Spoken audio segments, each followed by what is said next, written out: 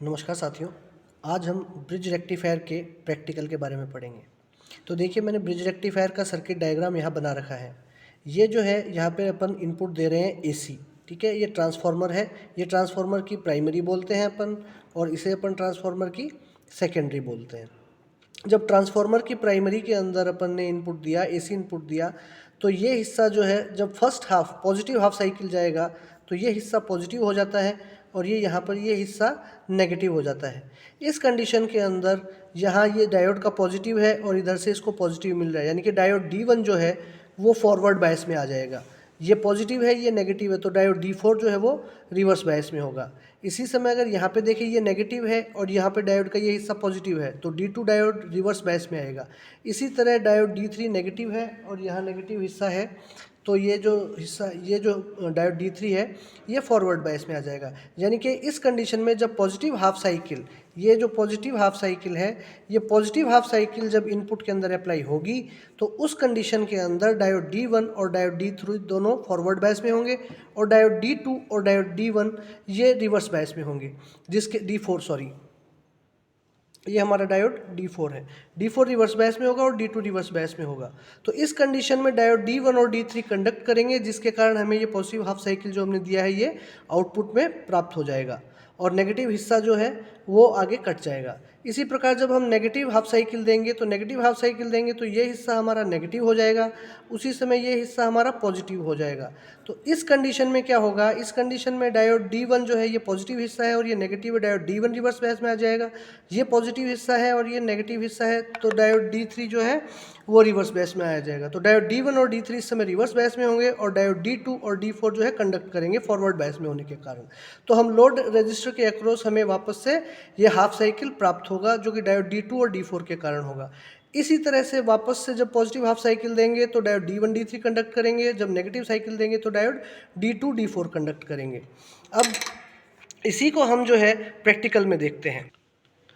तो देखिए, हमने यहाँ पे एक सर्किट डिज़ाइन किया है। ये हमारा ट्रांसफार्मर है और इस ट्रांसफार्मर को हमने एसी सप्लाई जो है यहाँ से दे दी है।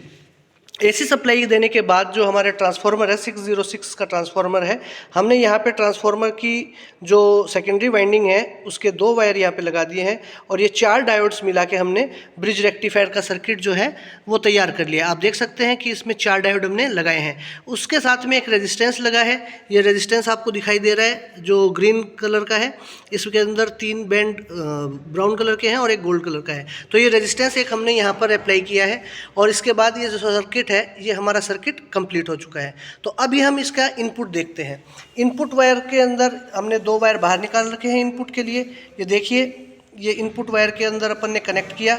जब इनपुट वायर के अंदर अपन ने कनेक्ट किया तो हमारी CRO स्क्रीन के अंदर हमें प्योर AC सिग्नल दिखाई दे रहा है। जब आप इनपुट दोगे, क्योंकि हमने इनपुट जो है वो AC सिग्नल दिया था, तो हमें AC सिग्नल यहाँ पर CRO के अंदर दिखाई दे रहा है। इसी तरह से जब हम इसका आउटपुट चेक करते हैं तो हम आउटपुट के हमने 2 वायर निकाल रखे हैं जो रेजिस्टेंस के अक्रॉस आउटपुट है।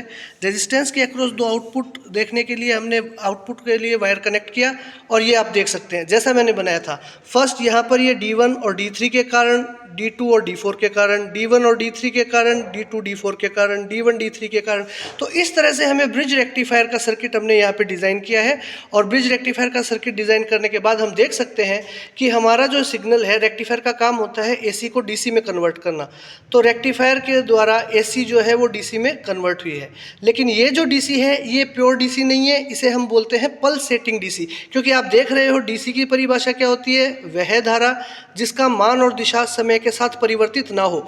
इसकी दिशा तो परिवर्तित नहीं हो रहा है, सिर्फ पॉजिटिव डायरेक्शन में ये है, नेगेटिव डायरेक्शन में नहीं है, परंतु इसका मान जो है वो 0 से अबव जा रहा है। ठीक है, ये मान जो है इसका चेंज हो रहा है, इसलिए इसे हम क्या है, प्योर DC नहीं बोलते हैं, इसको बोलते हैं पल्स सेटिंग DC।